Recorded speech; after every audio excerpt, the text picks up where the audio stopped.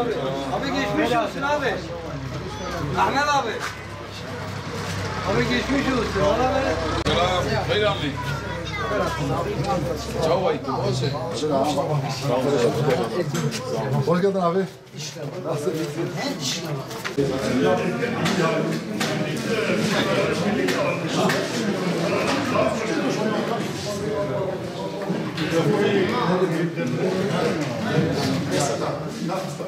Hiç geçerliydi. Yani ama mesalat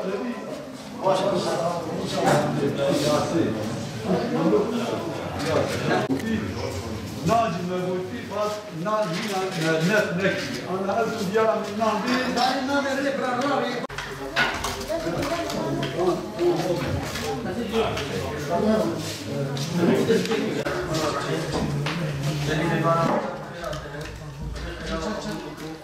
Su yoklaması, programa davet edilen aşiretler. Mesela Şeyhan aşireti burada mı burada, Metin aşireti burada mı burada, Kalayga burada mı burada veya gelmeyen toplantıya katılmadı.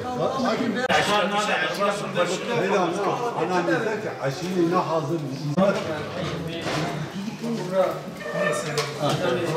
Ana tam net bir kere Sayfadaki kağıdı aşireti. Bir sayı. Şeyhan aşireti lideri Sayın Habib Ülker. ne bilirsin? Belli taşkın. Beddiktaş köyünde Nabeya seviye yazgı. Kaç para değişiyor? Bunlar köyde yatıyor. Hayır, Yasemin'de. Yasemin'de. İmza hukuki.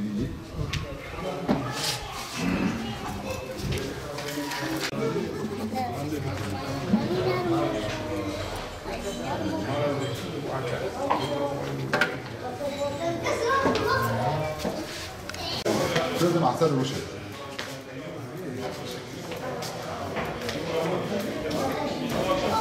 Tamam imza bekliyorum oğlum.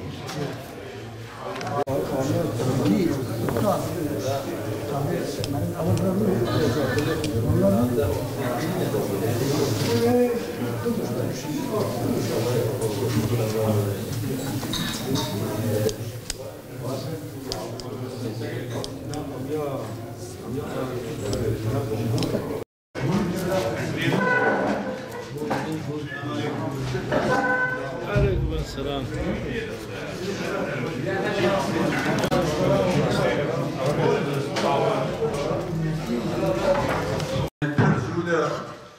مدوخواست اگر انگلکی مزن بوجبو گنج مو زواج مدوخواست ام وی باری گران امی چاوا کانمن سبب بکن امی چاوا کانمن ریا بی işi بکن Araki yani em aşira şeyin abi em hatın araki mesela mecabdura bu mabufa işat tişteki yani Suriye derketi tişteki bu avi urfu adet cahileti kahni am bir işa deviş fikir ba işa ne tişteki rindi bu da zanım aravan abi yani hacce dura kışa bu dövü mevhebe istişare kir hadi şu an razı bir aşira metina aşira şehirlerimi Karajdar'ı amvacı peymin kış herkesi bu am kış zaten belirde am tişteki vadı khazın am tefem ittifakaki vabikin am pişabi işi bekin am bir bari han sebep bekin u bırakınca meci yani jibi sıkıntıya derken bana bigiyen herkes bigiye mirada bu. Vallahi bir işa neşbona yani nefsi neşbona yani hene büyücü sağda tişteki net Suriye'de bu baraki geramu medikir yani havçedi bu faat elhamdülillah.